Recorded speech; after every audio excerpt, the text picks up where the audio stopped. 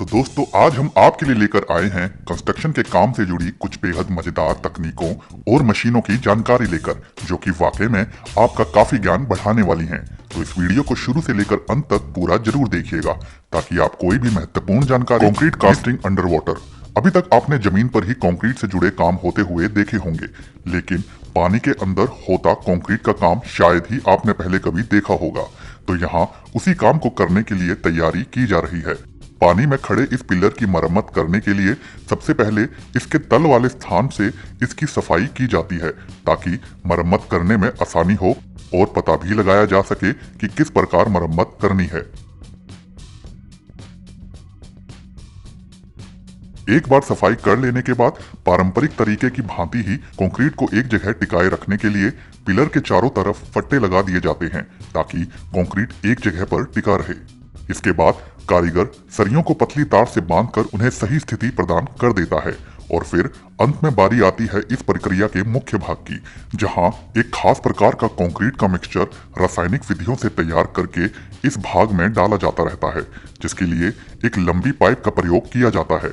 आप देख सकते हैं कि किस प्रकार यह कंक्रीट का मिक्सचर पानी के साथ घुलता नहीं है, बल्कि बिल्कुल सतह के साथ बैठता जाता है। खास रासायनिक संरचनाओं से तैयार यह सीमेंट उतना ही मजबूत पकड़ बना के रखता है जितना कि दूसरे सीमेंट बनाते हैं।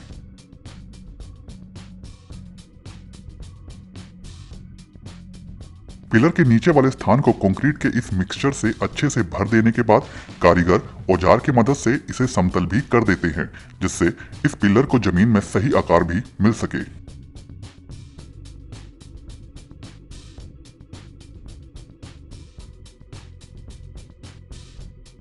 पूरा काम हो जाने के बाद कारीगर इस पर मुहर लगाकर पानी से बाहर निकल आते हैं। Two box. कई इमारतों के निर्माण के दौरान लोग गोल पिलर लगाना पसंद करते हैं, तो उसके लिए इस खास टूल का इस्तेमाल किया जाता है। फाइबर की पतली एवं लचीली शीट से तैयार इस ढांचे को सरिये के पिलर वाली संरचना के चारों ओर फिट कर दिया जाता है और फिर कारीगर इसके अंदर कंक्रीट का मिक्सचर भर देते हैं। अपने गोल रूप के होने के कारण यह टूल कंक्रीट को भी गोल संरचना प्रदान कर देता है। Next build. दीवार की चिनाई करते वक्त मिस्त्रियों के लिए सबसे झंझट भरा काम होता है चिनाई करने के बाद नीचे गिरे गीले प्लास्टर के मिक्सचर को उठाना, क्योंकि उसे पुनः प्रयोग करना होता है, मगर उस काम में उन्हें काफी अधिक समय लग जाता है। तो उसी समय को बचाने और इस समस्या के समाधान के लिए ही इस खास एवं बेहद सरल टूल का आविष्कार किया गया है। ईंटों की चिनाई करते वक्त इस टूल को दीवार की सीध में ऊपर रख दिया जाता है, जिसके बाद मिस्त्री इस टूल के ऊपर जब प्लास्टर का मिक्सचर डालता है तो इसके चौड़े रूप के कारण वह साइड से गिरता नहीं है, बल्कि ऊपर ही रहता है, जिसे कारीगर औजार की मदद से इकट्ठा करके बचा लेता है। अपने बेहद छोटे रूप और सरल बनावट के कारण इस टूल को इस्तेमाल करना भी मिस्त्रियों के लिए काफी सरल होता है। इस टूल से केवल सीमेंट और समय ही नहीं बचता, बल्कि चिनाई करने के बाद दीवारों पर फिनिशिंग भी बेहद जबरदस्त आती है।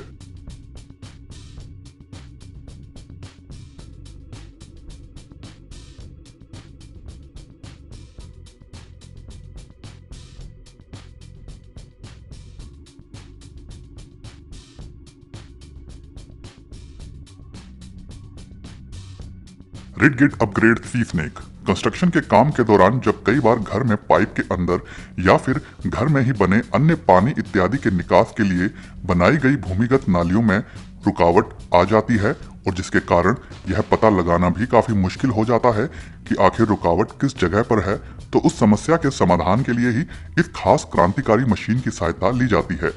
एक पतली लचीली तार के आगे लगे कैमरा और लाइट वाले इस टूल को जब भूमिगत नालियों या फिर पाइप के अंदर भेजा जाता है तो यह टूल पल पल का दृश्य इस मशीन में लगी स्क्रीन पर दिखाता जाता है, जिससे कारीगर को पता चलता रहता है कि आखिर समस्या कहां पर है, और जब समस्या का पता लग जाता है तो केवल उसी भाग को ही ठीक करना पड़ता है।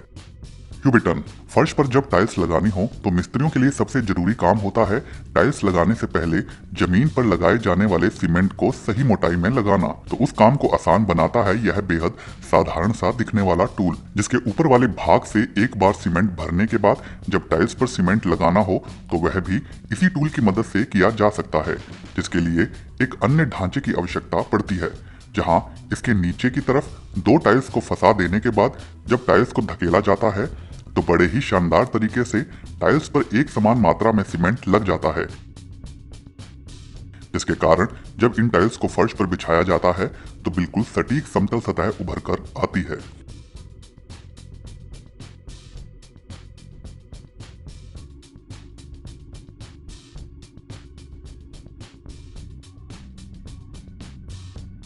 Dutch rock wool.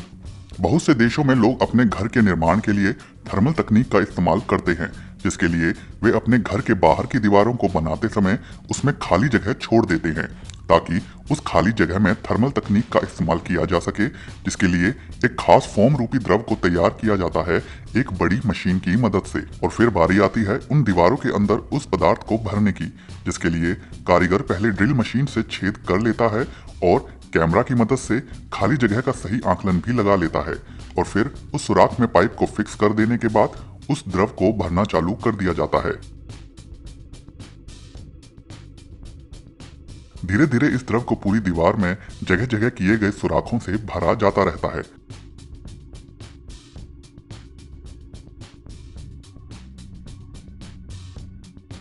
पूरी दीवार के अंदर इस द्रव को भर देने के बाद उन सुराखों को बंद कर दिया जाता है और इस प्रकार यह दीवारें थर्मल रूपी दीवारों का रूप ले लेती हैं।